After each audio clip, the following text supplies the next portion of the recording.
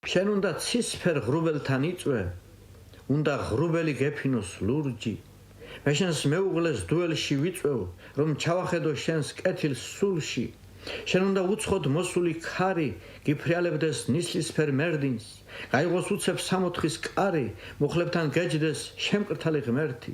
რა ჯობს სიმღერა თუ წყვილი ცრემლი, სად ჯობს მიწაზე თუ მიწის გარეთ, მზეზე უფრო დიდი და ცხელი, მთვარეზეც მაღალი მთვარე და ცა ღმერთების ცისფერი ჰოლი, ძლივს რომ აუდის მომსვლელს და წამსვლელს. მაღალი ბიჭი ლამაზი ცოლით მოდიან, მაგრამ მიდიან წამსვე. ბოლოს და ბოლოს ერთი აქვს ბოლო, ლომსა და თინუსს, ნაცვლსა და ღოლოს. სიყვარულისთვის კარგო, ჩვენ მხოლოდ სიყვარულისთვის გავჩდით და ვცხოვრობთ. უხერხულია შენ გერქვას ცოლი, შენ უნდა ცისფერ ღრუბელთან იწვე, აჰა დამბაჩა და სველი თოვლი. მე შენს მეუღლეს დუელში ვიწვევ. დღემშვიდობისა მოგესალმებით. საზოგადოებრივი მაუწყებლის პირდაპირ ეთერში იწყება გადაცემა დღე პირველ აღზე ქეთი კეკელიასთან და დავით არჩიასთან ერთად ჩვენ სამწუხარო ინფორმაციით ვიწყებთ დღევანდელ გადაცემას. 94 წლის ასაკში დაიღუპა ცნობილი ქართველი პოეტი ტარიელ ჭანტურია. ჩვენ ვისარგებლებთ შემთხვევით და მიუსამძიმრებთ მის ოჯახს და სრულიად საქართველოს ამ დიდ დანაკლისს. სამწუხაროა, რა თქმა უნდა, დავგვარგეთ ძალიან დიდი პოეტი და ძალიან დიდი ქართველი ერმა.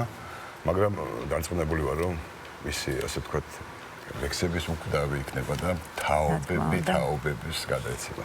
მე სანამ ჩვენ გადაცემას დავიწყებთ, ჩვენ სტუმრებთან ერთად ასე ვთქვათ შევაფასებთ ამ ადამიანის ორი სიტყვით არ გამოდის ხელა და ისეთი ბიოგრაფია ჰქონდა კი ბატონო, მაგრამ დიახ, ეს არის ჩვენი სტუმრები, ესე იგი ქალბატონი თამარელა წოწორია, ფილოლოგიის დოქტორი, ლიტერატურათმცოდნე, ლიტერატურის კრიტიკოსი, ადა ნემსაძე, ფილოლოგი, შოთა რუსთაველის სახელობის ქართული ლიტერატურის ინსტიტუტის უფროსი მეცნიერ თანამშრომელი და ელენე ხარაზიშვილი, მონაწილე თუ რისი მონაწილე ამას ცოტა ხანში გაიგებთ და არჩილ ხომერიკი. მოგესალმებით. შუა დღე მშვიდობის. მშვიდობისა, მოგესალმებით. ორი სიტყვით რომ გვითხრათ აი ამ დიდ ადამიანზე, ასე ვთქვათ, მის შემოქმედებაზე. ნამდვილად გუშინდელმა დღემ საუკუნის სამკალი მოიმკა და ძვირფასი ტარიელ ჭანტურია მე ახლა ზეციურ საქართველოს თავის პოეტებთან არის, თავის დოსტებთან, სამოციანელებთან, მე-20 საუკუნის სამოციანელებთან, ამ წინვალე პლეიადასთან, რომლებმაც შექმნეს ქართულ პოეზიაში დიდი ამინდები, ნათელი დღეები. და როგორც ახლა ლექსში მოვისმინეთ, ისიც ამ წუთებში ალბათ თვითონაც არანაკლებად შემკრთალი მუხლებთან უზის შემკრთალ ღმერთს და უამბობს დედამიწის ამბებს, თუ როგორ უყვარდათ იგი, როგორ ეიმედებოდათ მისი პოეზია და როგორი იყო მისი მიწიერი ცხოვრება. რა თქმა უნდა, დიდი დანაკლისია და მაგრამ მაინც რამდენი უნდა ეცოცხლა პოეტს, რომ გული არ ვტკენოდა, ხომ ესეც საკითხავია. დიდი და ძვირფასი ცხოვრებით იცხოვრა და თავისი სიტყვებით რომ ვთქვათ, რა შუაშია ფოსფორის შუქი, საფლავი ღამით ზოგიერთი ანათებს მხოლოდ. თუ სიცოცხლეში არ აგროვე შუქი და შუქი სამუდამოდ დარჩები ბნელში. რა შუაშია ფოსფორის შუქი, მე რომ მკითხავდნენ დიდ რუკებზე, დიდ ქალაქებთან, დიდი საფლავებიც უნდა აღნიშნონ ხოლმე, რადგან საფლავი ზოგიერთი ანათებს მხოლოდ. ზუსტად ასეთი საფლავი გაიჭრება შაბათ დღეს და დიდი ტარიელ ჭანტურიას გამოსვენება მოხდება სიონის საკათედრო ტაძრიდან 2 საათზე და მას დაკრძალავენ თავის ოჯახთან, მეუღლესთან და მასთან განუშორებელ შვილთან, რომელიც მას უდროდ დაეღუპა და რომელმაც ძალიან დიდი სულიერი ტკივილი და ფიზიკური ტკივილი მიაყენა მის არსებობას. ნათელი იყოს ის მიწა, რომელიც მას დაეყრება და იადავარდი იყოს მისი საფლავის ყვავილები. ქალბატონო ადა, ერთი ორი სიტყვით თქვენს მოგესალმებით. მოგესალმებით. უსამძიმრებ მთელ საქართველოს მეც ამ ტრაგედიას. გუშინ სოციალურ ქსელშიც წერდი, ერთი ლექსი აქვს ოთარ ჭილაძეს მიუძღვნა, მან ცნობილი ლექსია ტიხარს აქეთ კაცი ხარ და ტიხარს იქით პოეტი ხარ და ბოლოში ესე ამთავრებს ამ ლექსს, რომ სულ ღმერთებში იტრიალებ, როცა აიღებენ ტიხარს. და აი თვითონაც ოთარ ჭილაძე 2009 წელს გადავიდა ტიხარს იქით, მისი სიტყვებით რომ ვთქვათ და არიელ ჭანტურიაც გუშინ გადავიდა და უკვე ღმერთებთან არიან, ღმერთებში იტრიალებენ ორივენი ტიხარს იქით. კარგით, მაშინ შევეხოთ ეხლა და დაუბრუნდეთ ჩვენს თემას, რაზეც თქვენ ჩვენთან მობრძანდით სასაუბროთ. ეს არის, ესე იგი, გურამ ჩეულიშვილის დაბადების დღეს. მწერალთა სახლში გურამ ჩეულიშვილის სახელობის ლიტერატურთა პრემიის ახალი ქართული მოთხრობა გამარჯვებულთა დაჯილდოების საღამო შედგა, ხო, რამდენადაც მე ვიცი. პრემიის მოსაპოვებლად დაწესებული იყო 2 ნომინაცია, კეთი რჩეული მოთხრობა და რჩეული დებიუტი. ამის გარდა ჟიურიმ დააწესა საგანგებო ნომინაცია ჟიურის რჩეული ავტორი, რომელშიც დამატებით 2 ავტორი გამოავლინა.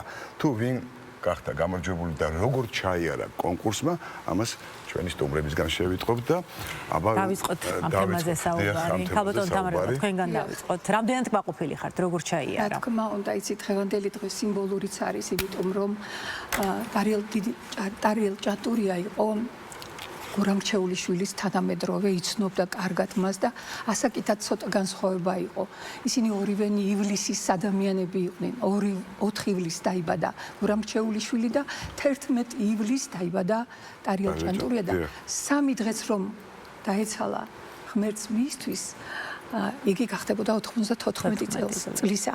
გურამ ჩეულიშვილი კი 92 წლისა გახდებოდა და ზუსტად ამ თარიღთან დაკავშირებით მწერალთა სახლში გაიმართა აი ამ ნომინაციაში თქვენ რომ ახსენეთ ახალი ქართული მოთხრობის კონკურსი, სადაც შემოვიდა 50-მდე განაცხადი, ანუ მოთხრობა შემოვიდა და ჟიურის, რომელიც 3 ადამიანის შემადგენლობით ვიყავით, ბაჩო კვირტია ფილოლოგი, ასევე ქალბატონი ადა და თქვენი მონა მორჩილი, ძალიან ვიშრომეთ, რომ გამოგვევლინა ირუთვნელად და სუფთად, ესე იგი, ნამდვილი ქართული მოთხრობა, რომელიც ღირსი იქნებოდა ამ ნომინაციაში გამარჯვებისა და მართლაც აი ეს 2 ადამიანი, 2 ახალგაზრდა, რომლებიც 26 წელს არ არიან გადაცილებული, პირიქით უფრო პატარები არიან და ნომინაცია იყო 18-26 წლის ფარგალში. ეს ძალიან ეს დებიუტი. ხო, ანუ ასაკობრივი და საერთოდ ასაკობრივი ზღვარი, ანუ იყო, ხო? როგორც 26 წლის მარად დარჩა და 26 წლის ასაკში გადავიდა ამ წუთის სოფლიდან, აი ეს რომ ყოფილიყო ხაზგასმული, თუმცა ძალიან ბევრი იყო სურველი ამ კონკურსში მონაწილეობისა და საყვედურებიც კი წამოვიდა, რატომ დააწესეთ ეს ესეთი ცენზიო რაღაც ასაკობრივი, მაგრამ ასე იყო საჭირო მისი უკდავყოფისათვის და ეხლა ქალბატონი ადას. ხო, აი რას ემსახურება ესეთი პრემიები, რა მნიშვნელობა აქვს აი ამას რომ თქვა? უკვე თამარელმაც აღნიშნა, ეს პრემია არის ახალგაზრდული პრემია, იმიტომ არის 26 წლამდე, სიმბოლურია გურამ ჩეულიშვილის სახელობის და ნუ მისი გარდაცვალების ასაკი 26 წელს რახან დაიღუპა გურამ ჩეულიშვილი, ამიტომ არის 26 წლამდე, ანუ ეს მოტივირებული ამით.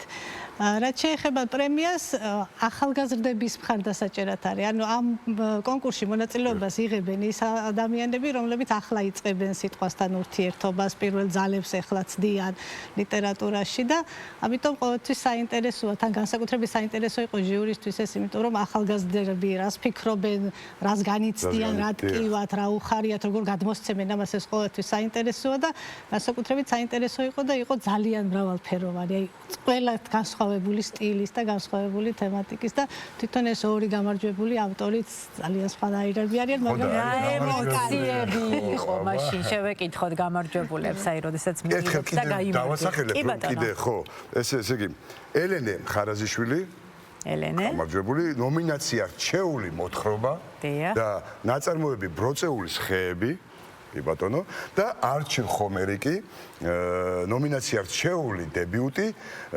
ნაწარმოები იქ, სადაც გემები არ დადიან. ძალიან საინტერესოა. კი ბატონო, ელენე, თქვენგან დავიწყოთ თუ შეიძლება.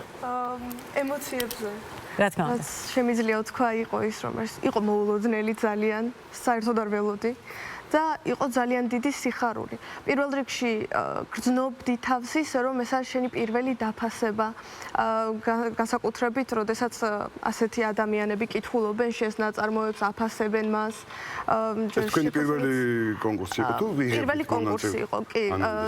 ვწერდი, მაგრამ პირველი კონკურსი იყო, პირველი ცდა ბედისა. კი ბატონო. ცდამ გაამართლა. ჩემდა სასიხარულოდ და ალბათ ძალიან დიდხანს გამყვება ეს ემოცია, რაც იქ მივიღე. ბროწეულის ხეები. დაახლოებით რაზე ასე მოკლედ შინაარსად ჟანრი რა შეეხება დიახეს ბროწეულის ხეები. ბროწეულის ხეები სახელი ძალიან ლამაზი. დიდი მადლობა. ბროწეულის ხეები არის მოთხრობა ერთ ჩვეულებრივ ქართველ ბიჭზე, ჩვენთაზე, რომელიც ცხოვრობს საკმაოდ ინტერნაციონალურ სადარბაზოში. როგორც მოგეხსენებათ თბილისი ზოგადად სხვადასხვა ეროვნების ზოგადად თბილისი როგორც მოგეხსენებათ ინტერნაციონალური ქალაქია და ვისაც ამ ქალაქში ცხოვრების გამოცდილება აქვს ადვილად ჩასწდება ასე ვთქვათ ამ მოთხრობას არის იეზიდი ქალისა და ქართველი კაცის სიყვარულის ამბავი შეუძლებელი სიყვარულისა რომელსაც თან ერთვის სხვადასხვა ეთნიკური ასე ვთქვათ უმცირესობების ცხოვრება და მათ ფონზე ვითარდება ასე ვთქვათ აი ამ კულტურული, ეთნიკური თუ რელიგიური განსხვავებების მიუხედავად როგორ ცხოვრობენ ერთად ჰარმონიულად და შემდეგ ნუ მოკლედ ამ ყველაფერს ერთვის ომი. საინტერესოა. ძალიან ჩეულიშვილის თბილისსაც გვაგონებს იცით ეს მოთხრობა გურამის თბილისი როგორი იყო ერთიანი სიყვარულით სავსე როგორი იყო აქ თავარი პერსონაჟი ჩვენი მწერალი გურამ ჩეულიშვილი რომელიც გამორჩეული იყო გვარის შესაბამისად და მას რჩეულასაც ეძახდნენ და როგორ უყვარდა, როგორ მიისწრაფოდა მთისკენ, ზღვისკენ, ადამიანებისკენ, როგორ წერდა, სულ 3 წელი წერა მან, ვიდრე გარდაიცვლებოდა, დაიღუპებოდა, 7 მოთხრობა დაიბეჭდა მისი ცოცხლეში, წიგნი 1961 წელს დაიბეჭდა პირველი წიგნი. ესე იგი ის თავის თანამედროვე, როგორც დიდი მწერალი, როგორც აღიარებული არ ყოფილა და ეს არის იცით მისი ხიბლი, მისი დიდი ადამიანობა, მისი შემოქმედების მთავარი პერსონაჟი იყო ქართველი ადამიანი. და აი ეს ძალიან კარგად არის გამოკვეთილი აქ, როგორც და ბროწეულის ხეები, ბროწეული მთავარი პერსონაჟის სახელის ის არის აღნიშნულია იეზიდურად, არა? და ეს პერიოდულად გამოჩნდება ხოლმე იმის მიხედვით როგორ მსჯელობენ პერსონაჟები, როგორ განიცდიან თუ ცუდ ხასიათზე არიან. რაღაც ცუდი ეს კუთხე ესე ეზიდური და ალბათ ასეთ გარემოში სამეზობლოში არის თვითონ არა. და ეხლაც ვყავს ეხლა უბრალოდ გადავიდა საფრანგეთის საცხოვრებლად. ეზიდი და თქვათ ოჯახში ყოფილა ვიცი და რაღაცა და ეს ახალგაზრდა პატარა გოგონა ალბათ იცეკვიათ ფოტოდე რაც დებოდით სამეზობლოში იყო დივანზე და ეს ყველაფერი ძალიან კარგად არის აღწერილი ამ მოთხრობაში და შემდეგ ესე იგი როდესაც ტრაგიკულად მთავრდება ერთ-ერთი მთავარი მოქმედი გმირის სიცოცხლე მაგრამ შოთა გადარჩება და მე ესე იგი ბროწეულის ხეებსაც ხედავს უკანა ფონზე თავის ძვირფას მეზობლებთან ერთად და ძალიან სრულყოფილი ნაწარმოები ეს არ არის დამწყების ხელწერა ამიტომ მე ვულოცავ კიდევ ერთხელ ის როგორ გაახარა დედა და არ დავრეკავო მითხრა მე უნდა ჩემი პირით უნდა ვუთხრა დედას რომ მივალ სახში რა თქმა უნდა ასე ჯობია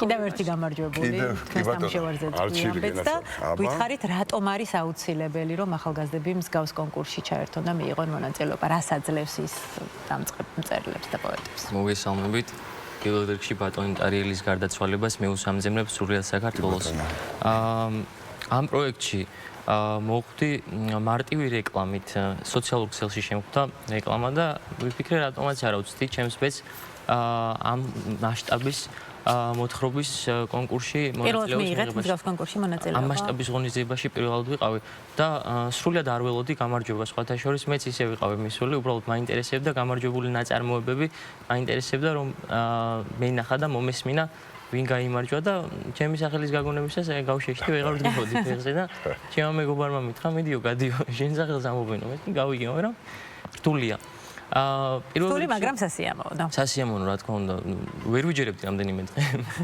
თქვენ როგორ ახარეთ დედას მე დედას ვერ მოვიწმინე და ღონისძიების მსვლელობისას მივწერე ხო და მე დაურეკი რა თქმა უნდა და მთელი ამბები იყო რა ვიცი ძალიან გაუხარდა ყველას და მეც რა თქმა უნდა უბრალოდ მე ცოტა დიდი ხანი დამჭირდა უფრო გასააზრებლად ვიდრე ჩემს ოჯახის წევრებს ამ ტიპის კონკურსებში მონაწილეობის მიღება და ზოგადად ამ ტიპის კონკურსები არის ქართული მწერლობის და ახალი ქართული მწერლობის წახალისება. იქედან გამომდინარე რომ ჩვენ ვიცით რომ საქართველოში თანამედროვე ახალგაზრდების დიდი რაოდენობა აღარ წერენ, ასე ვთქვათ. იქედან გამომდინარე რომ მე პირადად არ მხვდება ახალი მწერლები და ვცდილობ რომ მაქსიმალურად ახლებს რომ პოულობ ახალ ნაწარმოებებს, ვცდილობ მაქსიმალურად დიდი ყურადღება გავამახვილო და ვნახო ვინ არიან და რას წერენ. ამგვარი პროექტები კი უწყობს პოპულარიზაციას ხელს, რომ უფრო და უფრო მეტი ახალგაზრდა ჩაერთოს ამგვარ პროექტებში და უფრო მეტი ნიჭი აღმოცენდეს. აი ელენეს და მეც მაგალითად ამ ტიპის კონკურსში პირველად მივიღეთ მონაწილეობა და რაღაც გამოგვსვლია, რადგან აქ ვარ. და ამიერიდან უფრო მარტივი იქნება ალბათ ამავე ნაბიჯების გადადგმა. ამიერიდან უფრო მეტი ნაბიჯი გადაიდგმება ჩემი აზრით და მე გამიხარდება თუ მოტივაცია ვიქნებით ახალგაზრდებისთვის, რომლებიც ასე ვთქვათ თავისთვის წერენ და არ ცდილობენ სხვისთვის გაზიარებას ამის. ასე რომ ძალიან გამიხარდება ამის მოტივაცია და მამოძრავებელი ძალა თუ ვიქნებით. კი, აუცილებლად. ჩემს მოთხრობას რაც შეეხება, სადაც გემები არ მიდიან. სადაც გემები არ მიდიან. რა ხდება მათ? ეს არის პატარა ბავშვის წერილი, რომელსაც სახელი არ აქვს. 10 წლის გახდა და თავის დაბადების დღეზე უბრალოდ ერთი თხიურის ნაგლეჯიდან ვიღაც უცნობი გვიზიარებს წერილს, სადაც წერია თავისი ერთი დღე, ამ ბავშვის ერთი დღე, სადაც ელოდება სამსახურში წასულ მამას, რომელიც არ ბრუნდება. უბრალოდ ელოდება. ამ ტექსტს აკლია დედა, რომელიც ამავდროულად ავსებს მთლიან ტექსტს და ისე ღრმად ვეცადე გადმომეცა პატარა ბავშვის თვალით დანახული ის სოციალური პრობლემა თუ ის რეალობა, რომელშიც ცხოვრობს, რომ ფიქრობ რაღაცა გამომივიდა და მაქსიმალურად ვეცადე რომ ინტერპრეტაციისთვის დამეტოვებინა ადგილი მკითხველისთვის, ბევრი ინტრიგა ჩავაგდე და მინდოდა რომ მკითხველს მაქსიმალურად ჰქონოდა თვალსაწიერის გაფართოების საშუალება. ბოლოს ორაზროვანია ტექსტი, თუმცა ბოლოს მაინც ბრუნდება მამა. და იქ სადაც გემები არ მიდიან, ნიშნავს სიკვდილს. დედა გარდაცვლილია ბავშვის. და გემები ვერ მიდიან იქ შესაბამისად და არის ერთი მონაკვეთი ასეთი ტექსტში, რომელშიც არის ნახსენები, რომ ჩიტები მიდიან დედასთან, რომ მამას მოუტანონ დედას ამბები და ბავშვს ახაროს და აქ უკვე ცასთან სიახლოვეს ჩიტის უფროა ვიდრე გემის და თან ვეცადე ყველანაირად ისე გადმომეცა, რომ პატარა ბავშვის თვალით ყოფილიყო დანახული სამყარო. ქალბატონ ნადასთან და ქალბატონ თამარელასთან მექნება ერთი და იგივე კითხვა ალბათ. აი მაინც რა მიზანი აქვს მსგავს კონკურსებს? აი კითხვეს ახალგაზრდებმა თავიანთი დამოკიდებულება, რას უწყობს ის ხელს და რამდენად აუცილებელია კრიტერიუმებითაც რა კრიტერიუმებით ფასდებოდა, ვთქვათ, ნაშრომები აი ახალგაზრდებისთვის. გთხოვთ.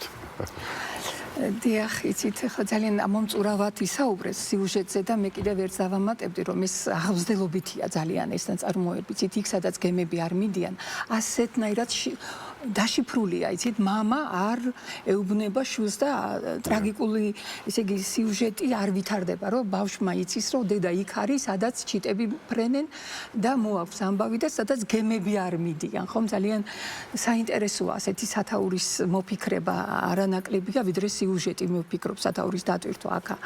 რაც შეეხება აი ამ ჩვენს კონკურსს, ჯერ მადლობა მინდა ვუთხრა მწერალთა სახლს, რომ აი ესე იზრუნეს ჯერ გურამ მრჩეულიშვილის სახელის უკდავსაყოფად, იმიტომ რომ რაც დრო გადის, იცით, გურამი უფრო და უფრო ნაკლებად ის ნაცნობი ხდება ახალგაზრდებისათვის, არ კითხულობენ ძალიან. არც წერენ მაინც და მაინც და თუ ასეთი კონკურსები არ იქნება, შეიძლება ესე მივიწყებას შეიძლება მიეცეს კი ბატონო. ემსახურება და მადლობა მწერალთა სახლს, რომ ასეთი კონკურსი მოიფიქრეს. ხოთა შორის შარშანა ჩატარდა პირველად და პირველ ნომინაციაში, რაშიც გაიმარჯვა, ელენემ არ გვყავდა ნომინანტი, იმიტომ რომ რაღაც ვერ გამოვარჩიეთ და წელს არა თუ გამოვარჩიეთ ორივე ნომინანტი. ასევე იძულებული გავხდით, თქო, კეთილად იძულებულები, რომ ახალი ნომინაცია დაგვეარსებინა, ეს არის შიურის სიმპათია და ორი ნაწარმოები გამოიკვეთა.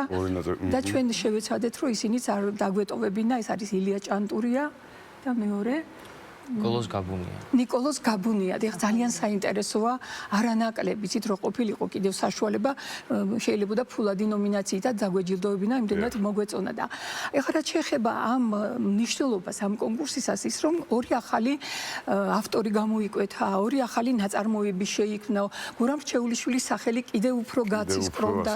დიახ, და კიდევ ის არის რომ ეს ხომ არ არის რაღაცნაირად მწერლობა ხო პროფესიაა და პროფესიული დაოსტატებისათვის ძალიან მნიშვნელოვანია წახალისება. არის ფულადი პრემიით წახალისებული ეს ავტორები. დიახ, ეს ნომენკლატურა პრიზები რა იყო? აიღებს ქალბატონი პირველი ადგილი და ნომინაციაში დებიუტი არის 2000 ლარი. მე ვფიქრობ ახალგაზრდის ცხოვრებაში ძალიან დატვირთული ის არის. ასე ვთქვათ, დასასვენებელი. არ არის დამოკიდებული. და კრიტერიუმი ის იყო, რომ ცალ-ცალკე ვკითხულობდით, მუშა შეხვედრაზე ვაანალიზებდით, შევჯერდით 10-ზე, მერე თანდათან ყველაფერი გავაანალიზეთ, რაც მოთხრობისთვის ჟანრულად არის სპეციფიური, ის სიახლე, ის ახლის თქმის, ესე მიზანშეწონილობა, აი როგორი სიყვარულით წერს ავტორი, როგორ გადაარჩინა ან არ გადაარჩინა თავისი გმირი, როგორ ეხმაურება თანამედროვეობას. ეს იყო ძირითადი კრიტერიუმები როგორც ყოველთვის და კიდევ იყო ძალიან დიდი სიყვარული გურამ რჩეულიშვილის შემოქმედებისადმი. კიდევ ერთხელ გამოიკვეთა რომ გურამ რჩეულიშვილი კიდევ 66 წლის შემდეგ გარდაცვალებიდან კიდევ ერთხელ მოერია მას დიდი სურვილი დაეწერა თავისი ახალი ბიოგრაფია და ამ ახალი ბიოგრაფიის დაწერაში მას ეს ორი მშვენიერი ახალგაზრდა დაეხმარა. კი ბატონო. ქალბატონო, თქვენს რომ გითხრათ ასე თქვა ორი სიტყვით, დიახ. ანუ ახალგაზრდების ხელშეწყობა ამ კონკურსის მთავარი მიზანი მწერალთა სახლს ვიცით რომ ბევრი სხვადასხვა კონკურსი აქვს და ეს ახალგაზრდების კონკურსი სულ კონკურსიც ახალგაზრდა თვითონ მეორედ გაიმართა წელს კი შარშანი იყო პირველი წელს მეორეა და იქნება ხოლმე კი ყოველ წელს გამოცხადდება და ტრადიციულად მის დაბადების დღეზე 4 ივლისს იქნება ხოლმე დაჯილდოება მაგრამ დროდადრო როგორც მივხვდი შესაძლებელია ცვლილებებით დაინადგოს ხო იმიტომ რომ საშენ არ გამოავლინეთ წელს პირიქით დაემატა ეს იგი ხელმოქმედი ადამიანები რომ გავზარდოთ ახალგაზრდების мотиваცია და შემოქმედებითობა რაღაცნაირად წინ წავწიოთ. აი ორ მოთხრობას რაც შეეხება ორ ავტორს ეს თვითონ მუშაობის პროცესში გაჩნდა იმდენად მოგვეწონა ის ორი ტექსტი დაგვენანა რომ არაფერ ამის იმიტომ რომ წესდების მიხედვით მხოლოდ ორი პრემია გაიცემოდა და ამიტომ ეს რჩეული მოთხრობა გავიმ ორ მოთხრობას ეს ჩვენი მწვანე მინდორი ერქვა ერთს და შამშირი მეორეს ძალიან საინტერესო მოთხრობები იყო ისიც აი ესეც ასე სპონტანურად შეიქმნა. არაჩვეულებრივი. ძალიან კარგი. ძალიან დიდი მადლობა სტუდიაში მოგზაურობთ. მადლობა. წარმატებებს. ახალგაზრდებს წარმატებებს ვსურვებთ ძალიან დიდს. იყოს თქვენთვის, რა ვიცი, ახალი და ახალის წერის мотиваციაც და რა ვიცი, წარმატებებს გისურვებთ. მადლობა რომ დაინტერესდით ჩვენი ნომინაციებით და ნომინანტებით და კონკურსს. კიდევ ერთხელ მადლობა მწერალთა სახლს. რა თქმა უნდა.